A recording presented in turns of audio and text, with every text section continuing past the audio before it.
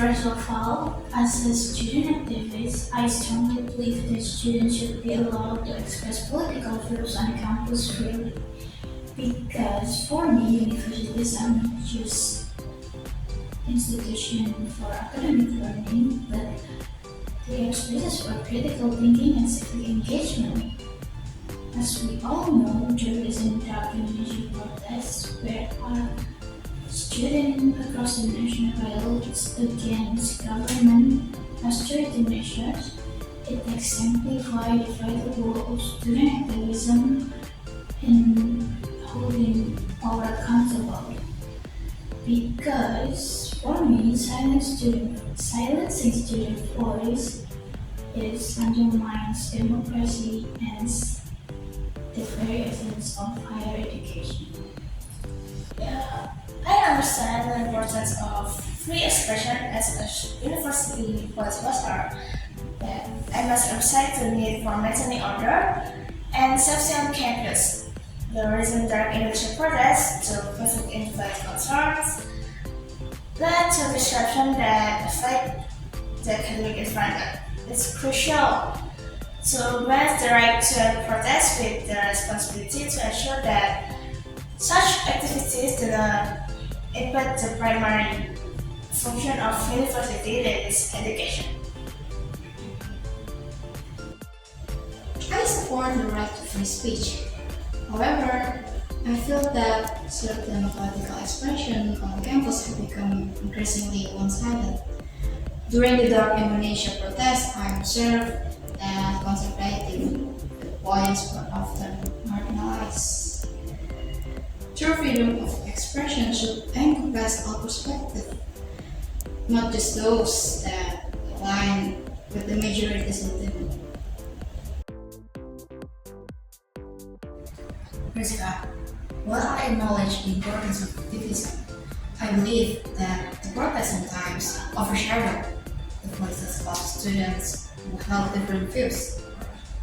The atmosphere on campus can become intimidating for those of us who did not share the same political stance. Okay, so Marsya, I really understand the need for order, but restricting student protests can lead to a culture of silence and fear. And Amira, I hear your concern and know you're worried, but suppressing dissenting voices on the weekends, the democratic fabric of our society, we must create an environment where all viewpoints can be expressed and debated. I appreciate both of your perspective, but however, it's essential to recognize that while free expression is alright, it comes with the responsibility to ensure that such expressions do not disrupt the academic mission of our institution. Policies are in place to protect the rights of all students, including those who may feel uncomfortable with certain expression.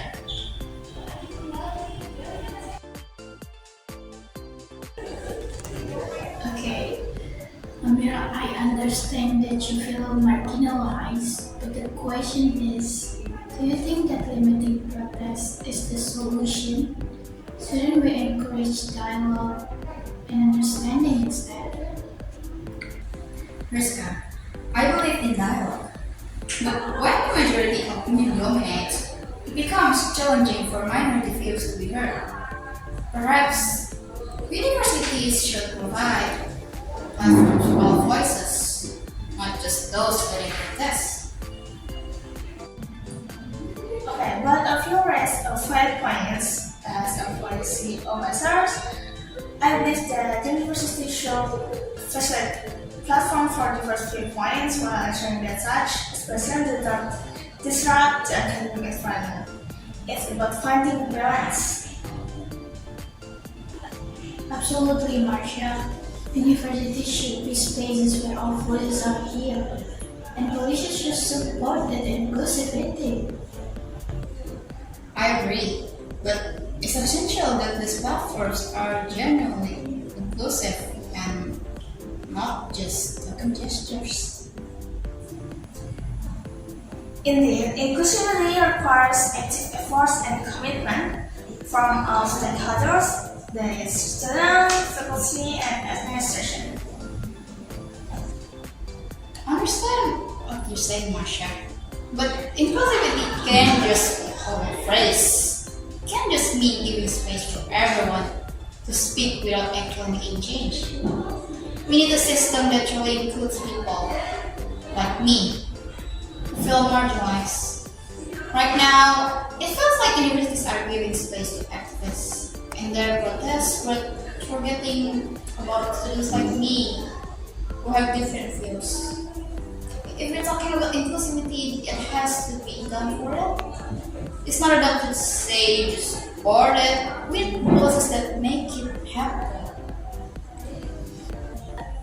But Amira, that's the point. Students should be allowed to voice their opinions, even if it's uncomfortable or controversial. You can call this a university with only one side to speak. This is about creating a space where we can challenge each other, wherever minority views, whatever they are, conservative or otherwise, are respected. But limiting protest or reducing activism isn't the solution. We need more dialogue, not less. I'm not asking for fewer protests or less activism, Rizka. What I'm saying is, when protests become the only narrative that is heard, people like me find it hard to speak up. And honestly, those protests aren't always about dialogue. They're more about dominating the conversation, making anyone who disagrees feel like an outsider. Where is the space for a discussion if one side keeps shouting over the other? But how else can we be here, Amira? For years, students like us have been ignored by the system. Protests are our way of getting the attention of those in power. If we only allow calm, respectful discussion, the people who need to hear us won't. Protests, whether loud or not, are part of that. Because change starts from there. So your solution is just more loud protests? What about creating a space where we don't need to shout to be heard? We need to stop thinking that the only way to express an opinion is by being destructive. I'm not against protests. I'm against only hearing the same voices repeatedly. While those of us who are different stay silent because we are afraid of being pushed on. Yeah, I understand your frustration, but we're talking about giving every student a chance to speak, not silencing anyone. The problem is, if we don't make that voice heard, no one will listen. I get that you want a balanced space, but can you really expect real change without speaking up? Without protest? It doesn't work like that.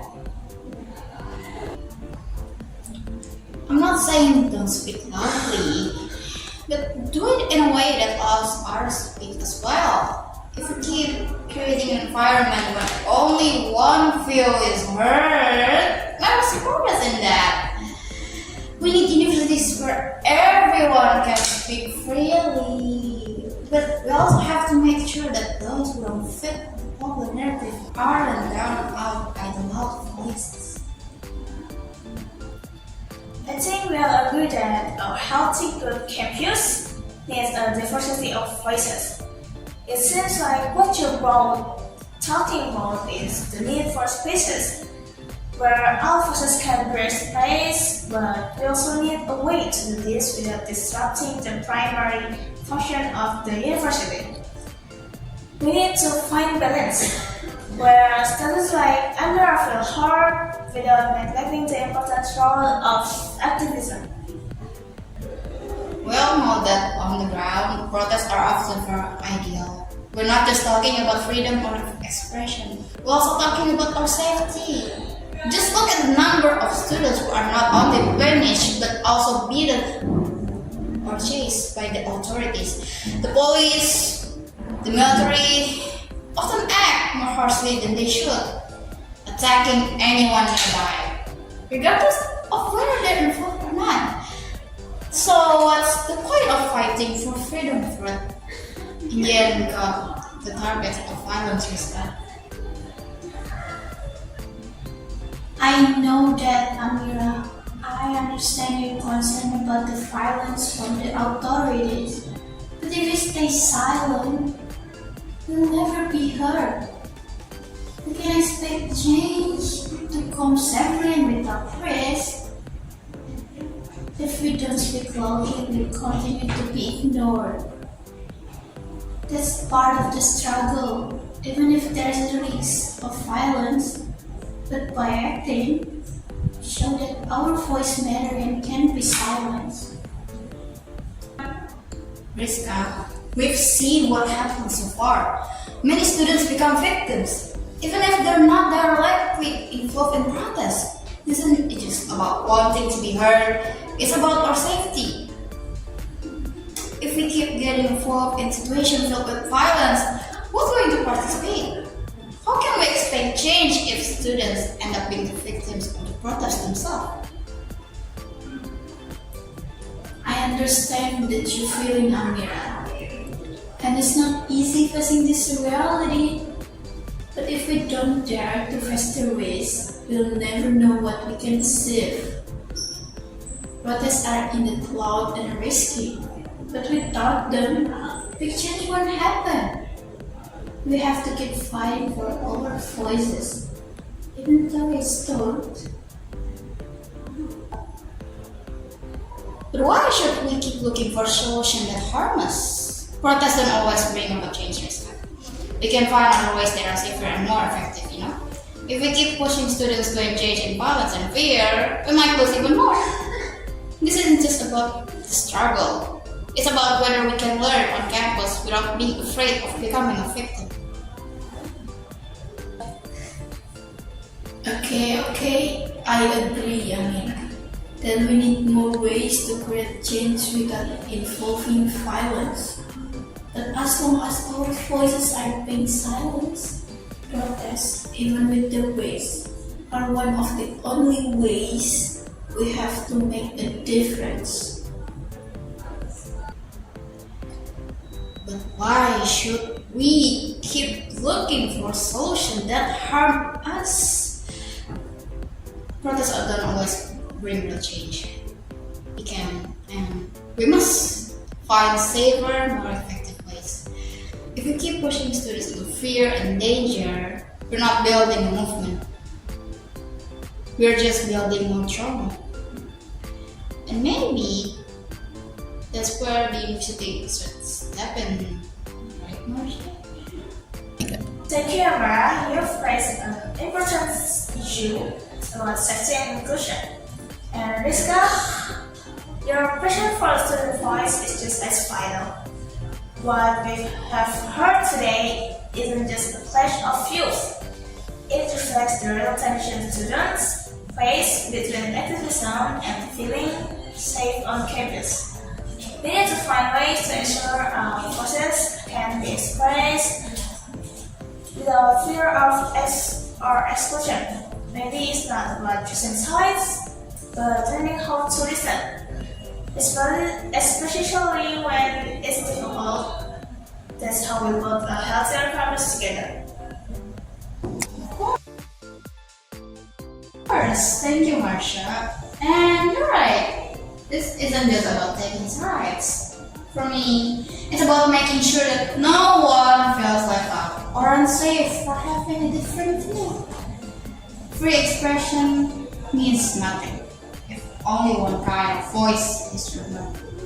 That's why we need real voices that protect everyone, not just in theory, but in practice. Me, as a university policy officer, my role is to ensure that all students have the opportunity to express their views while maintaining their primary mission, of the university, that is education. Policies should create space for passionate expression, but also put the safety and dignity of every student. But we all know, in fact, free expression is the cornerstone of democracy. Universities should be places where students can speak, challenge, and grow. Obviously without fear. Silencing voice, whether by policy or present, only set us back. Real progress happens when we brave enough to speak and to listen.